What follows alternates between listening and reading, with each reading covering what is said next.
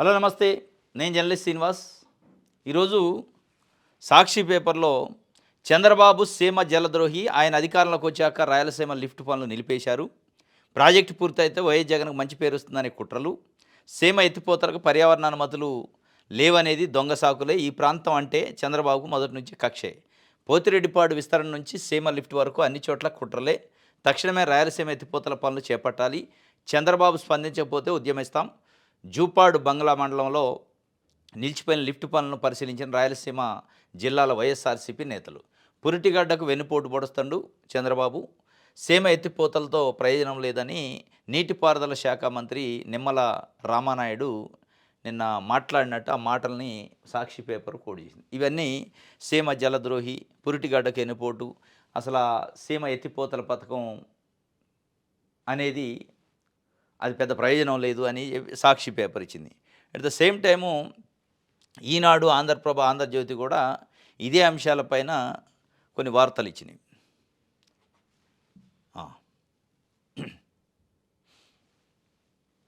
అయ్యో, సీమపై జగన్ ముసలి కన్నీరని నిమ్మల రామానాయుడు అంటాడు. వీళ్ళేం సీమ పైన జగన్మోహన్ రెడ్డికి వైఎస్ఆర్సీపీకి ముసలి కన్నీరు ఉందని తెలుగుదేశం పార్టీ అంటుంది. దీంట్లో జనసేన కానీ బీజేపీ అక్కడ మాట్లాడరు. వీళ్ళిద్దరి పాత్ర అనిమిత మాత్రం.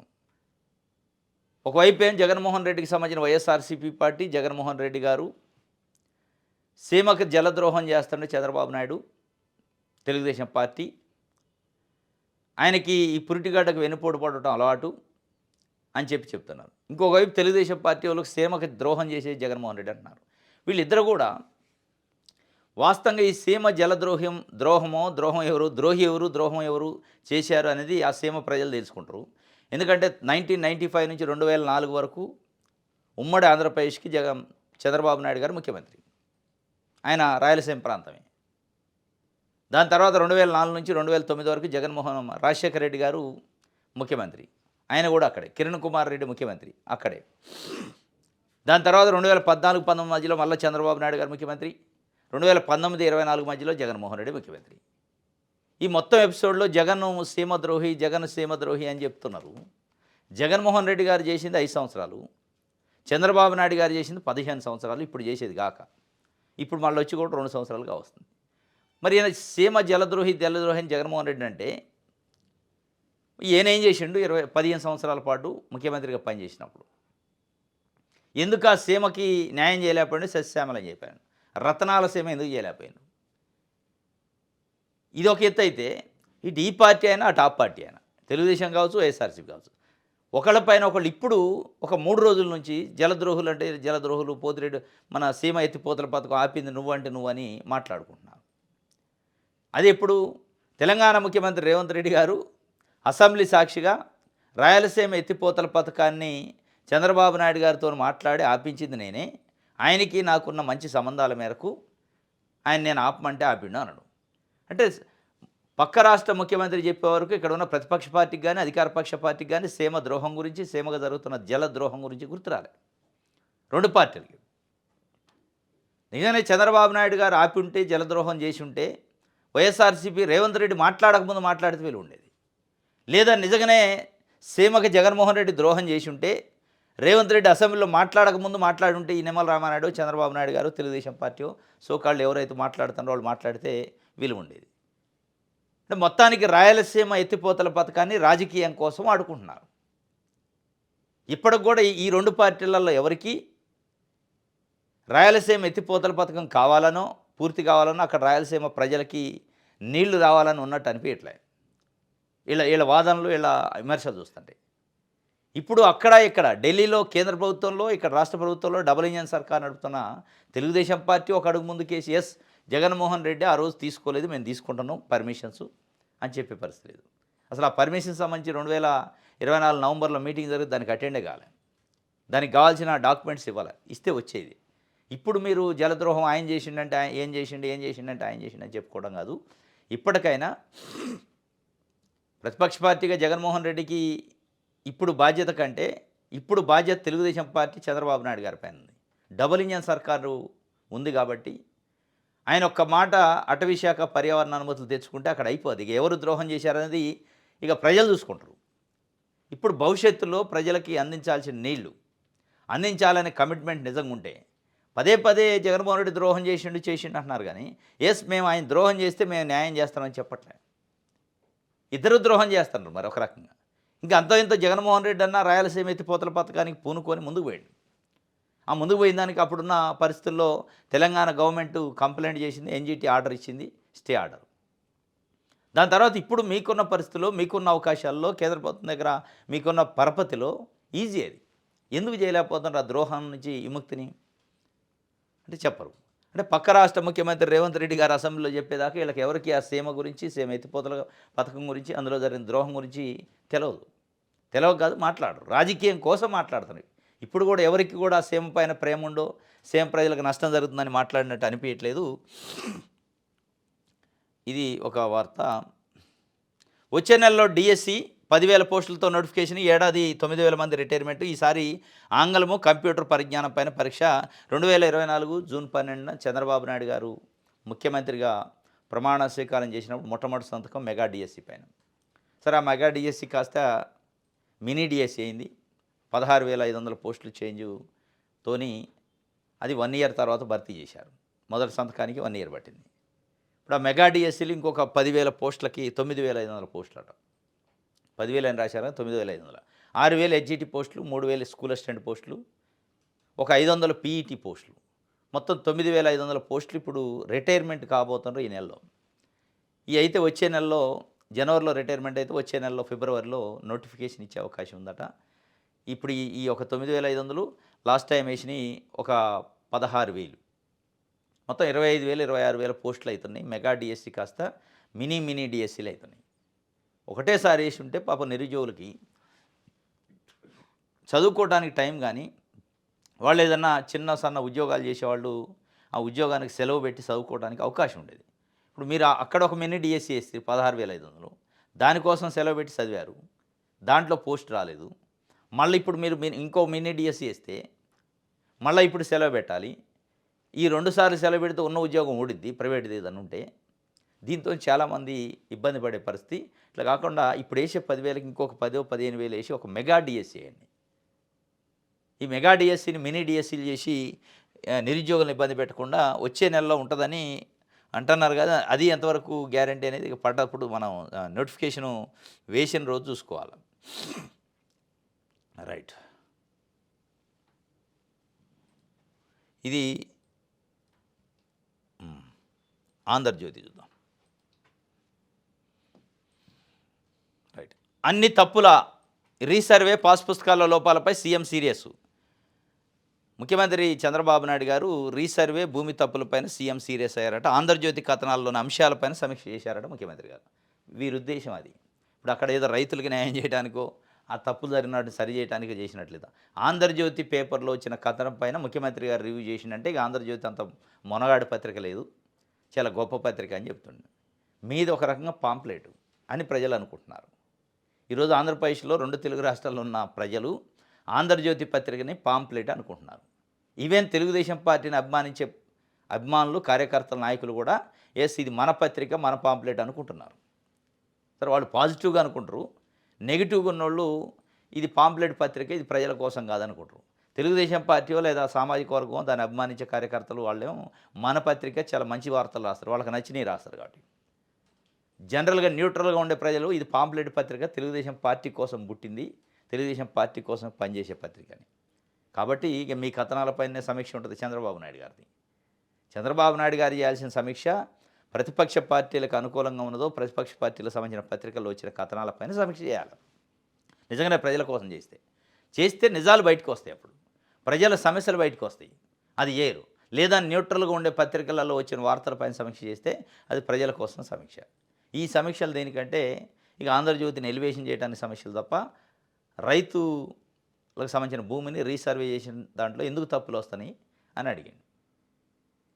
పదే రెవెన్యూ మంత్రి పైన పుంకాలు వార్తలు రాస్తాను. ఈ మధ్య ఒక బడుగు బలహీన వర్గాల నాయకుడు రెవెన్యూ మంత్రి అనగాని సత్యప్రసాద్ గౌడ్, అనగాని ఈయన సత్యప్రసాద్ గౌడ సామాజిక వర్గం. కాబట్టి ఆయన మీద విషయం చెబుతుండే అయిపోయింది రెవెన్యూ శాఖలో ఇక చేతులు ఎత్తేసింది ఏమి లేదు అని. కానీ ముఖ్యమంత్రి చంద్రబాబు నాయుడు గారు ఈయన రాసినంత తీవ్రతలు పట్టించుకోవట్లేదు పాపం. అయినా కానీ ఇంకా ఆయనకు తాకి చంద్రబాబు నాయుడు గారు ఏదో ఒక రకంగా అనగాని సత్యప్రసాద్ని తొలగించాలి క్యాబినెట్ నుంచి అని ఈయన పెట్టుకుండు తప్ప రైతుల కోసం వార్తలు రాయట్లేను. రైతుల కోసం రాస్తే ఇట్లా ఉండవు వార్తలు. ఇక అయితే ఈయన భూ రికార్డులో తప్పులు జగన్ పాపమే ఇప్పటికీ అవి వెంటాడుతున్నాయని రెవెన్యూ శాఖ మంత్రి చెప్తున్నాడు. భూ రికార్డులో తప్పులు పాపం జగన్దేనంట. ఇక అమ్మ 5 సంవత్సరాల పాటుకి జగన్ ఏడన్నా రోడ్డు పక్కన చెత్త ఉన్నా జగన్ పాపమే, భూ రికార్డులో తప్పులు వచ్చినా జగన్ పాపమే, బుడమేరుకు వరద వచ్చినా జగన్ పాపమే, లేదు ఇంకోటి ఏదో జరిగితే జగన్ పాపమే. ఇక అన్నీ జగన్ పాపమే. ఎక్కడన్నా కల్తీ సారా దొరికితే జగన్ పాపమే. మరి ఏంటి మీదేంది, మీ పుణ్యమేంది? జగన్ పాపం అనుకో భూ రికార్డులో తప్పులు 18 నెలలు దాటిపోయింది మీ ప్రభుత్వం నుంచి. మీరు చేసిన పుణ్యం ఏంది, మీరు చేసిన ఘనకార్యం ఏంది చెప్పాలి కదా అని ఈరోజు రైతులు అడుగుతున్నారు. పదే అది జగన్ పాపం ఇది జగన్ పాపం అని చెప్పుకోవడానికి కాదు మిమ్మల్ని ఎన్నుకుంది. మిమ్మల్ని ఎన్నుకున్నది మీరు ఏదైనా పుణ్యాలు చేస్తారు ఘనకార్యాలు చేస్తారని కదా, మీరు మంచి చేస్తారని కదా. మీ అసమర్థత వల్ల రికార్డులో ఉన్న తప్పులను సరిచేయలేని పరిస్థితుల్లో మళ్ళీ జగన్మోహన్ రెడ్డి పాపమే అని చెప్పి పాపం చేసినో పుణ్యం చేసినా ఆయన ఇంటికి పంపేది అన్నారు. మీరు చేస్తున్నది ఏంటి అది చెప్పండి. 7,50,000 దరఖాస్తులు వచ్చినట్టు రెవెన్యూ సంస్థలు పెడితే ఎన్ని లక్షల దరఖాస్తులు పరిష్కారం అయినాయి, ఏం చేశారు, ఎందుకు తప్పులు వస్తాయి అనేది అది చెప్పాలి తప్ప ఈ తప్పులు పాపం జగన్మోహన్ రెడ్డిదే, ఒప్పులు పాపం మాది.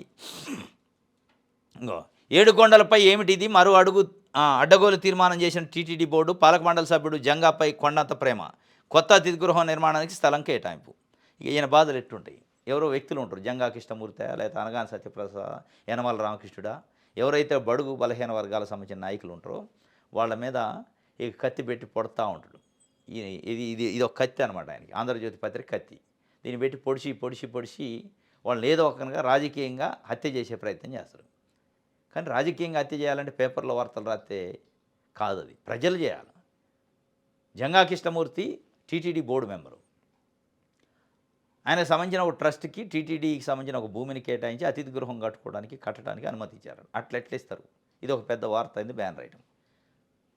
ప్రజలకు సంబంధించి యూరియా దొరకనో పత్తి రైతులు, మిర్చి రైతులు, చెరుకు రైతులు ఇబ్బంది పడుతుంటే అది వార్త కాదు మీకు, ఇది వార్త అయింది. ఇది జంగా కృష్ణమూర్తి అట టీటీడీ బోర్డు మెంబరు, ఆయన గతంలో వైసీపీలో ఉన్నాడు కాబట్టి మీరు ఎట్లా కేటాయిస్తారని రాసిండు. అంటే ప్రభుత్వాన్ని పరిపాలించాలని చూస్తుంది ఆంధ్రజ్యోతి పత్రిక. ప్రభుత్వం ఎట్లా పరిపాలించాలనో చెప్తుంది. ఎవరికి పోస్టింగ్ ఇవ్వాలి, ఐఏఎస్ ఆఫీసర్కి, ఐపీఎస్ ఆఫీసర్కి, ఎవరికి ఎక్కడ ఇవ్వాలి, ఏ నాయకుడికి ఏ కాంట్రాక్ట్ ఇవ్వాలి, ఏ నాయకుడికి ఏ పదవి ఇవ్వాలి, ఈయన ఇదన్నట్టు చేసేది. ప్రజల గురించి రాయడు వార్తలు. ఇది జంగా కృష్ణమూర్తి ఇదేమిటి 7 కొండల పైన ఏమిటిది అని ఈయన ఆగమాగం అవుతుండు. ఆవకాయ పిలుస్తుందట రారండి. ఇది పెద్ద జావకాయ, ఆవకాయ కాదు, ఇది పెద్ద జోక్ అనమాట. ఏం ఆవకాయ పిలవటం, అక్కడ ఎక్కడుంది అమరావతి? అమరావతి ఆవకాయ పిలుస్తాను రారండి. ఎవడొత్తుడు? అక్కడున్న ఫస్ట్ 29,000 మంది రైతులు ఉన్నారు, వాళ్ళే వచ్చే పరిస్థితి లేదు. వాళ్ళు గుండెల బలి ఒకవైపు చనిపోతుంటే ఆవకాయ పిలుస్తుంది రాండి అని మీరు సరదాలు చేస్తారు. ఈ ఆవకాయలు పిలిస్తే రారు. రాజధానికి ఢిల్లీలో పార్లమెంట్లో ఆమోదం కావాలి, గుర్తింపు రావాలి. 11 సంవత్సరాలు అయింది రాజధాని ప్రకటించి. అమరావతి ఆంధ్రప్రదేశ్కి రాజధాని పార్లమెంట్లో ప్రకటన చేయించలేకపోయారు, గుర్తింపు తేలేకపోయారు చంద్రబాబు నాయుడు గారు. మొదటి 5 సంవత్సరాలు కానీ ఇప్పుడు 18 నెలలు కానీ. ఇంకా ఆవకాయ పిలిస్తేంది పిలవపోయింది. ఇక ఆవకాయ ఎవరు పెట్టుకోరా, ఎవరు తినరా, ఎవరికి తెలియదు ఆవకాయ. ఇక అమరావతి పోయి ఆవకాయ పిలిస్తే తినటం తప్ప ఇక మన ఇళ్ళల్లో ఆవకాయ పెట్టుకోం, ఆవకాయ తినట్లే. ఇవి కాదు, ఈ ఆవకాయ జవకాయ అని జోకుకాయలు చేసి ప్రజల్ని చెవులో పూలు పెట్టే కార్యక్రమం చేయకుండా ఒకవైపు ఆవకాయ పిలుస్తుంది. బెజవాడలో రేపటి నుంచి 3 రోజుల పాటు ఉత్సవాలు, తెలుగు సినిమా సంస్కృతి సాహిత్యంపై విస్తృత చర్చలు, ప్రారంభోత్సవానికి డిప్యూటీ సీఎం అని చెప్పి ఈ ఆవకాయ పిలిచినాయి. కానీ అమరావతి కోసం భూములు ఇచ్చిన రైతులకి ఏ న్యాయం చేశారు? మళ్ళీ 2వ విడత భూ సమీకరణాన్ని ఈరోజు నోటిఫికేషన్. దీనికి అసలు ఏం సమాధానం చెప్తారు? మొదటి విడతప్పుడు మీరు ఏం చెప్పారు? ఒక విశ్వనగరం అయితే అందుకే మేము 33,000 ఎకరాలు సమీకరిస్తున్నాం. నా ఒక్క పిలుపుతో 33,000 ఎకరాలు రైతులు 29,000 మంది రైతులు ముందుకు వచ్చి ఇచ్చారు. అది కాక అసైన్మెంట్ ల్యాండ్, ప్రభుత్వ ల్యాండ్ కలిపి 54,000 ఎకరాలు ఒక అద్భుతమైన చాలా విశ్వనగరం అయిద్ది అన్నారు. ఈ అద్భుతం పోయింది, ఇడిపోయింది, మున్సిపాలిటీ కాడికి వచ్చింది. ఇప్పుడు పదే చంద్రబాబు నాయుడు గారు అంటాడు మున్సిపాలిటీ అయింది మీరు ఇదే భూములతో అనేది. మళ్ళీ ఇప్పుడు సమీకరిస్తాను. మరి ఇది స్టాప్ ఉందా? మూడో దశ ఉందా? మూడో దశ కూడా అయితే 4 ఉంటుందా? అసలు ఎప్పుడైతే ఈ విశ్వనగరం? భూములు సమీకరించడానికి చెప్తున్నారా విశ్వనగరం? నిజంగా విశ్వనగరం చేయడానికి చెప్తున్నారా? ఈ విశ్వనగరం కావాలంటే అసలు ఎన్ని లక్షల ఎకరాలు మీకు కావాలి? ఒక వైట్ పేపర్ రిలీజ్ చేయాలి మీరు. ఎందుకంటే మీ మాటలు, మీ వీడియోలు 2014, 19 మధ్యలో మీరు ముఖ్యమంత్రిగా ఉన్నప్పుడు మీరు చెప్పిన మాటలు, మీరు చెప్పిన ప్రసంగాలు వింటే అప్పటికే ఆ భూమి ఎక్కువ అని విమర్శలు ఉంటే ఆ భూమికి సమర్థించుకోవడానికే నేను విశ్వనగరం చేస్తా అంటే మళ్ళా సమీకరణ అంటే అసలు ఎప్పుడు దీనికి ఎండ్ పాయింట్ ఎక్కడ అనేది ఒక వైట్ పేపర్ రిలీజ్ చేసి మీరు ఆవకాయ సరదాలు, ఆవకాయ అమరావతులు చేస్తే బాగుంటుంది. ఏడీపీఆర్ను పరిశీలించమో కృష్ణా ట్రిబ్యునల్ టూ పంపకాలు జరగనందున బ్రిజేష్ ట్రిబ్యునల్ తీర్పు వచ్చే వరకు బచావ్ తీర్పు అమలు కేంద్రానికి తేల్చి చెప్పిన కృష్ణానది యాజమాన్య బోర్డు తెలంగాణ కొత్త ప్రాజెక్టులపై ఏపీ ప్రభుత్వం ఫిర్యాదుకు స్పందన. తెలంగాణలో కొత్త ప్రాజెక్టులకు ప్రపోజల్ పంపారు. జూరాల దగ్గర డిండి వీటికి సంబంధించి కొంత అలాట్మెంట్ చేస్తే వాటికి కంప్లైంట్ చేసింది ఆంధ్రప్రదేశ్ ప్రభుత్వం.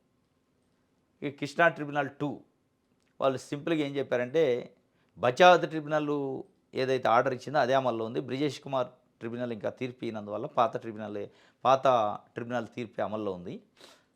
ఇది ఏదైతే ఇచ్చే వరకు ఎవరి డిపిఆర్ని అటు ఆంధ్రప్రదేశ్ కానీ తెలంగాణ ఇచ్చిన డిపిఆర్ ఏ డిపిఆర్ అమల్లోకి రాదు, ఆమోదించమన్నారు. చాలా క్లియర్గా చెప్పింది. అది ఆంధ్రప్రదేశ్ చేసిన కంప్లైంట్ మేరకి ఆంధ్రప్రదేశ్ ముఖ్యమంత్రి చంద్రబాబు నాయుడు గారు పదే తెలంగాణ ఏ ప్రాజెక్టుకి మేము అడ్డుపడలేదు, నాకు అట్లాంటి ఉద్దేశం లేదు, విద్వేషాలు కాదు, చాలా స్నేహం కోరుకుంటా, సైక్యత కోరుకుంటా అంటారు. కానీ నేను కంప్లైంట్ చేసిండు. ఇది ఒక భాగం. సరే ఆయన రాష్ట్రం కోసం ఆంధ్రప్రదేశ్ ప్రజలు ఎన్నుకున్నారు కాబట్టి తప్పులేదు చేసిండు. కానీ బయట ఒకటి చెబుతారు నాకు విద్వేషాలు వద్దు, స్నేహం కోరుకుంటా అని. ఇదంతా ఒక ఎపిసోడ్ అయితే ఇప్పుడు బనకచెర్ల నల్లమల సాగర్ అని పెట్టారు. దానికి ఒక డిపిఆర్ తయారు చేస్తామని సుప్రీంకోర్టులో చెప్పారు.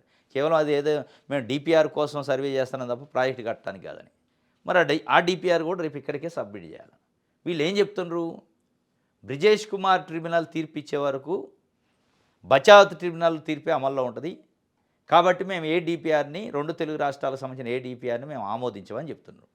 చాలా క్లియర్గా కేటగిరికల్గా చెప్పారు. ఇప్పుడు మీరు చెప్పే నల్లమల సాగర్ డిపిఆర్ అది కాదు అనేది తెలుస్తుంది, ఆమోదం తెలపరుగా. ఎందుకు మరి ఈ హడావుడి, ఎందుకు ఈ హంగామా, ఎందుకు ఈ పైసలు దండగా, ఎవరిని మభ్యపెడతారు? చాలా క్లియర్గా మీకు లెటర్ రాసింది ఆంధ్రప్రదేశ్ ప్రభుత్వానికి ఏది తీసుకోవని. అయినా కానీ నల్లమల సాగర్ కావాలంటాడు. దానికోసం డిపిఆర్ అంటాడు.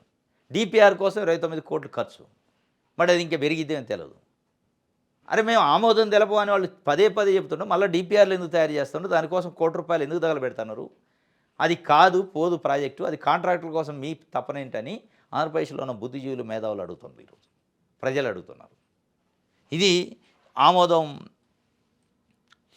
మేము తెలపు అని చెప్పి అమరావతికి పర్యాటక శోభ వచ్చిందట. కృష్ణా తీరంలో మెరీనా వాటర్ ఫ్రంట్ అభివృద్ధి, వాటర్ స్పోర్ట్స్ యాక్టివిటీ ఉండేలా ప్రణాళికలు, ఖాతర్ మోడల్ తరహాల స్పోర్ట్స్ సిటీకి అధ్యయనం. అమరావతికి పర్యాటక శోభ కానీ రైతులకు మంచి శోభ ఇవ్వండి పాపం. భూములు ఇచ్చిన రైతులు గుండెలు బయలు చనిపోకుండా. సరే పర్యాటక శోభ అంటే ఆటోమేటిక్ ఏమవుతుందంటే రాజధాని గ్రాడ్యువల్గా అభివృద్ధి అవుతుంటే అన్నీ వస్తాయి. స్విమ్మింగ్ పూల్లు వస్తాయి, స్పోర్ట్స్ సిటీలు వస్తాయి, ఎయిర్పోర్ట్లు వస్తాయి, బస్ స్టాండ్లు వస్తాయి, ఆఫీసులు వస్తాయి, సాఫ్ట్వేర్ కంపెనీలు వస్తాయి. అసలు పునాది లేదా? అసలు గ్రాడ్యువల్గా అభివృద్ధి కావాలన్నా మొత్తం గ్రాఫిక్స్లో చూపించి అయిపోయింది, స్పోర్ట్స్ సిటీ వస్తుంది, వాటర్ ఫ్రంట్లు వస్తున్నాయి, మెరీనా బీచ్లు వస్తున్నాయి. ఇవి కాదు కోరుకుంది, ఒక గ్రాడ్యువల్ డెవలప్మెంట్ కావాలి. రైట్, ఇది ఆంధ్రజ్యోతికి సంబంధించి విషయాలు అందరూ చూద్దాం. మోదీ అమిత్ షా సమాధి తవ్వుతాం నినదించిన జేఎన్యూ విద్యార్థులు. ఉమర్ షర్జిల్కు బెయిల్ నిరాకరణపై ఆగ్రహం. జేఎన్యూ భూమిలో ప్రధాని మోదీ, కేంద్ర హోంమంత్రి అమిత్ షా సమాధి తవ్వుతాం అన్న నినాదంతో జవహర్లాల్ నెహ్రూ యూనివర్సిటీ విద్యార్థులు కొత్త వివాదానికి తెరదీశారు. పూర్వ విద్యార్థులు, సామాజిక హక్కుల కార్యకర్తలు ఉమర్ ఖలీద్, షర్జిల్ ఇమామ్కు ఢిల్లీ అల్లర్ల కేసులో బెయిల్ నిరాకరిస్తూ సుప్రీంకోర్టు తీర్పు వెలువరించాడని తీవ్రంగా నిరసించారు. ప్రధాని మోదీ, కేంద్ర హోంమంత్రి అమిత్ షాకు వ్యతిరేకంగా నినాదాలతో జేఎన్యూ ఆవరణను హోరెత్తించారు. సోమవారం రాత్రి జరిగిన ఈ ఘటన సంబంధించి వీడియో వైరల్ అయింది. రాత్రి 9 నుంచి 10 గంటల సమయంలో వర్సిటీ ఆవరణలో శబర్మతి హాస్టల్ దగ్గర విద్యార్థులు మొత్తం పోగయి వాళ్ళకి ఏదైతే ఢిల్లీ అల్లర్ల కేసులో ఉన్న ఖలీద్ షర్జిల్ ఇమామ్కు, ఉమర్ ఖలీద్ షర్జిల్ ఇమామ్కు సుప్రీంకోర్టు బెయిల్ నిరాకరించిందండి. ఆ బెయిల్ నిరాకరణకు సంబంధించి వాళ్ళు జేఎన్యూ మాజీ విద్యార్థులు, ఆ విద్యార్థి సంఘాలు జేఎన్యూలో విదిన్ ది క్యాంపస్లో పెద్ద ఎత్తున మోదీ అమిత్ షా సమాధులు తవ్వుతాం జేఎన్యూలు అని నినాదాలు చేశారట. అంటే వాళ్ళ బెయిల్ రాలేదు కాబట్టి ఒక నిరసన కార్యక్రమం దానిపైన పెద్ద ఎత్తున వైరల్ అయింది. ఒక పెద్ద వివాదానికి దారితీసింది. ఎందుకంటే అదొక రకంగా చట్ట వ్యతిరేక కార్యక్రమం. సమాధులు తవ్వుతాం. సుప్రీంకోర్టు బెయిల్ నిరాకరించింది. మోదీ అమిత్ షాకి సమాధులు తవ్వుతాం అంటే ఏంది? సుప్రీంకోర్టు నిరాకరిస్తే దాని డివిజన్ బెంచ్కి పోవాలి. రకరకాల ప్లాట్ఫామ్స్ ఉంటాయి. కాబట్టి మోడీ అమిత్ షాని మేము సమాధులు తవ్వుతాం అనేది పెద్ద వివాదమైంది. దానిపైన కేసులు కూడా పెట్టమని పోలీస్ డిపార్ట్మెంట్కి జేఎన్యూ నేను లెటర్ కూడా రాసినాడు. ఢిల్లీ యూనివర్సిటీ రిజిస్ట్రార్ ఢిల్లీ పోలీసులకి లెటర్ రాసి వాళ్ళపైన కేసులు చట్ట ప్రకారం చర్యలు తీసుకోండి అని చెప్పారట. రైట్, ఇది ఒక వార్త. ఈనాడు చూద్దాం.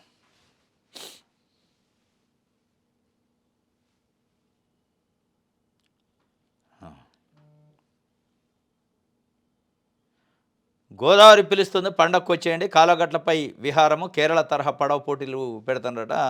ఇక ఆంధ్రప్రదేశ్లో ఇప్పుడు సంక్రాంతి పండగ అవుతుంది కాబట్టి కోడి పందాలు ఇవి చాలా ఎక్కువ ఉంటాయి. నేటి నుంచి రాజధాని 2వ విడత భూ సమీకరణ. 2 వరుసల రహదారులు, విద్యుత్ లైన్లు వేసి రైతులకు వేగంగా స్థలాల అప్పగింత.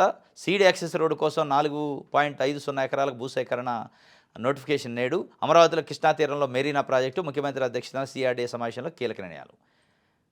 ఖాతర్ తరహాలో స్పోర్ట్స్ సిటీ అట. ఇది నేటి నుంచి రాజధానికి 2వ విడత భూ సమీకరణ. 16,000 పైచిలుకు ఎకరాలు. దీనికోసమే క్యాబినెట్లు కూర్చుంటున్నాయి. దీనికోసమే సమీక్షలు చేస్తాడు ముఖ్యమంత్రి గారు. కేవలం భూమి తీసుకోవడానికి చేస్తాడు.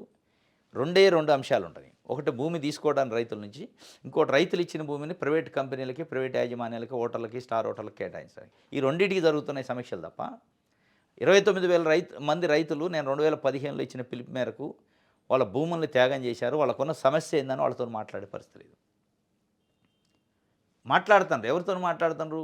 అమరావతి కోసం రైతులు భూములు ఇస్తే ఆ భూముల్ని వేరే వాళ్ళకి ఇవ్వడానికి, కాంట్రాక్టర్లకో, పెట్టుబడిదారులకు, పారిశ్రామికవేత్తలకు ఇవ్వడానికి, ప్రైవేటు యూనివర్సిటీలకో, కాలేజీలకు, హాస్పిటల్స్కో, స్టార్ హోటళ్ళకి ఇవ్వడానికి వాళ్ళ యజమానులతోని పర్సనల్గా క్లోజ్డ్ రూములలో మాట్లాడుతాను. చాలా ఏకాంతమైన చర్చలు చేస్తాను. కానీ పాపం రైతులు, త్యాగం చేసిన రైతులు, మీరు పిలిపిస్తే ఇచ్చిన భూములు ఇచ్చిన రైతుల కోసం సమీక్షలు లేవు. ఇప్పుడు మళ్ళీ నిన్న సమీక్ష దేనికోసం? మళ్ళీ రైతుల నుంచి ఎట్లా గుంజుకోవాలి భూములు. 2వ విడత, 3వ విడత, అసలు ఎన్ని విడతలు ఉంటాయి? అసలు రాజధాని ఎప్పుడైంది? ఎన్ని విడతలు అయితే విశ్వనగరం అయింది? ఎన్ని విడతలు అయిన తర్వాత విశ్వనగరం స్టార్ట్ చేస్తారు? దానికి ఒక లిమిట్ లేదా అని చెప్పరు. ఇది మొత్తానికైతే 2వ విడత భూ సమీకరణ స్టార్ట్ చేశారట. అనుమతులు లేకుండా డిపిఆర్లు తయారీ. కృష్ణాపై కేంద్రానికి, తెలంగాణపై కేంద్రానికి కృష్ణా బోర్డు లేఖ. అది అనుమతులు లేకుండా డిపిఆర్లు, ఏ డిపిఆర్ మేము ఆమోదించమని చెప్పారు.